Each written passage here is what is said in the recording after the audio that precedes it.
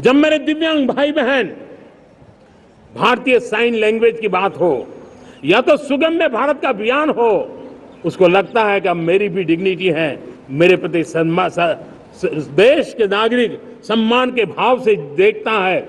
और पैरालंपिक में तो हमारे खिलाड़ी नई नई ताकत दिखाने लगे हैं। तब लगता है कि ये जो मेरा मम भाव है, हम सबका मम भाव है, उसकी ताकत नजर आती है। हमारे ट्रांसजेंडर समाज के प्रति हम जिस संवेदना के साथ निर्णय बना रहे हैं, हम नए नए कानून बना रहे हैं, उनको सम्मान का जीवन देने के लिए हम प्रयास कर रहे हैं, तब बदलाव की हमारी दिशा सही दिखता है। सेवा भाव से किए गए इन कामों का, जो त्रिविध मार्गों से हम चले हुए, इन कामों का एक सीधा सीधा लाभ आज उसके परिणाम के रूप में हमें नजर आ रहा है। 60 साल बाद लगातार तीसरी बार आपने हमें देश सेवा का मौका दिया है। मेरे 140 करोड़ देशवासी, आपने जो आशीर्वाद दिए हैं, उस आशीर्वाद में मेरे लिए एक ही संदेश है, जन जन की सेवा, हर परिवार की सेवा, हर क्षेत्र की सेवा, और सेवा भाव से समाज की शक्ति को साथ लेकर के विकास की नई ऊंचाइयों पर पहुंचना।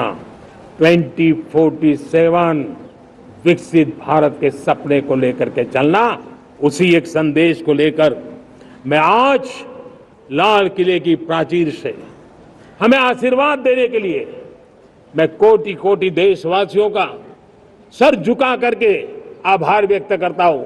मैं उनके प्रति नतमस्तक होता हूं और मैं उनको विश्वास दिलाता हूं कि हमें नई ऊंचाइयों को नए जोश के साथ आगे बढ़ना है।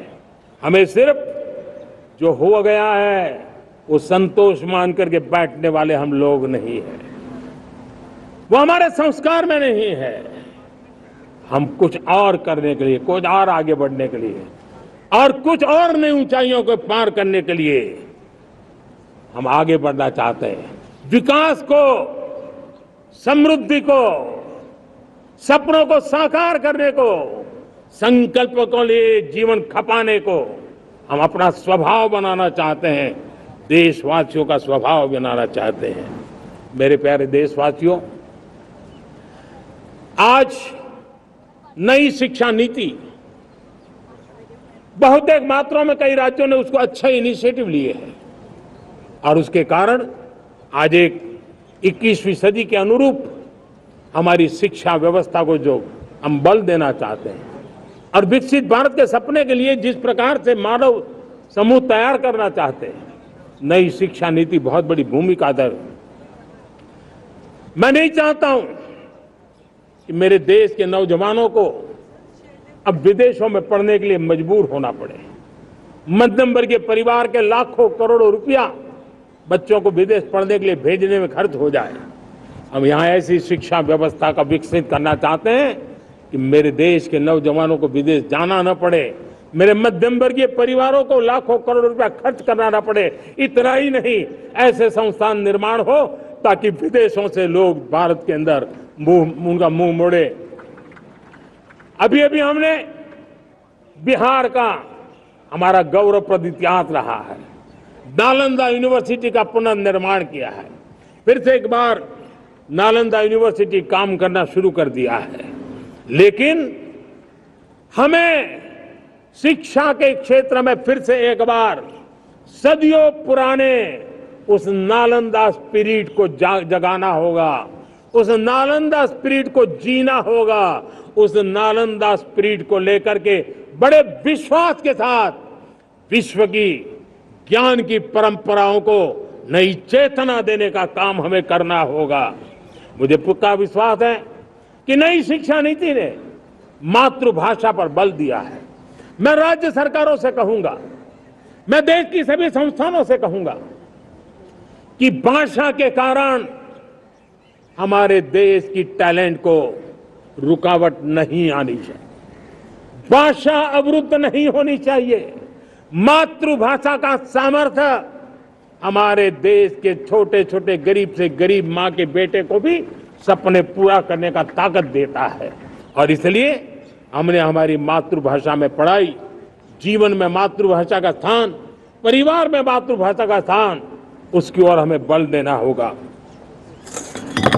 मेरे प्यारे देशवासियों, जिस प्रकार से आज विश्व का में बदलाव नजर आ रहा है और तब जाकर के स्किल का महत्व बहुत बढ़ गया है और हम स्किल को और नई एक ताकत देना चाहते हैं।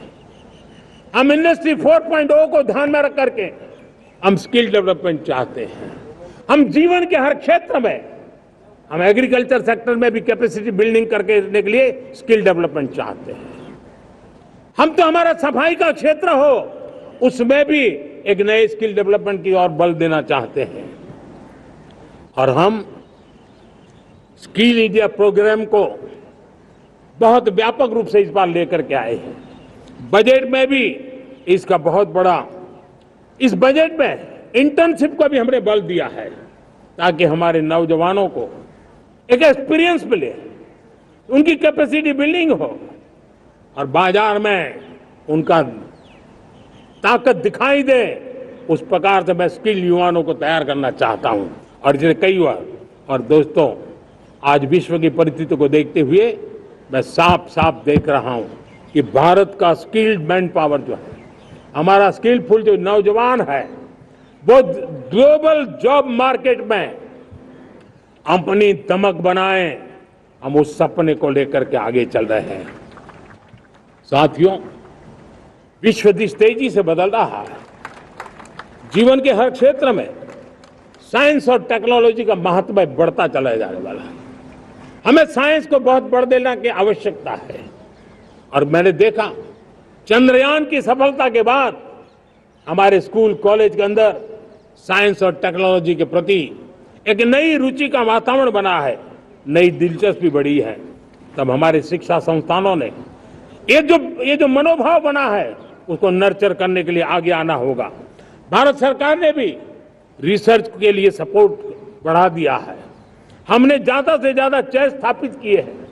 हमने नेशनल रिसर्च फाउंडेशन बना करके हमने उसको एक कानूनी परिवेश में ला करके स्थायी रूप से एक व्यवस्था विकसित की है ताकि रिसर्च को लेकर के निरंतर बल मिले और ये रिसर्च फाउंडेशन उस काम को करे। मेरे बड़े गर्व की बात है। ಕನ್ನಡಿಗರ ಮೆಚ್ಚಿನ ನಿಮ್ಮ ನ್ಯೂಸ್ 18 ಕನ್ನಡ ಈಗ ವಾಟ್ಸ್ಆಪ್ ನಲ್ಲಿಯೂ ಲಭ್ಯ। ಕರ್ನಾಟಕ ಮತ್ತು ದೇಶ ವಿದೇಶದ 360 ಡಿಗ್ರಿ ಸುದ್ದಿ ವಿವರವನ್ನ ನೀವು ನಿಮ್ಮ ಕೈ ಬೆರಳುಗಳಲ್ಲಿಯೇ ಪಡೆಯೋದಿಕ್ಕೆ ಈ QR ಕೋಡ್ ಅನ್ನು ಸ್ಕ್ಯಾನ್ ಮಾಡಿ, ನಮ್ಮ ಚಾನೆಲ್ ಅನ್ನು ಫಾಲೋ ಮಾಡಿ, ನೋಟಿಫಿಕೇಶನ್ ಆನ್ ಮಾಡಿ।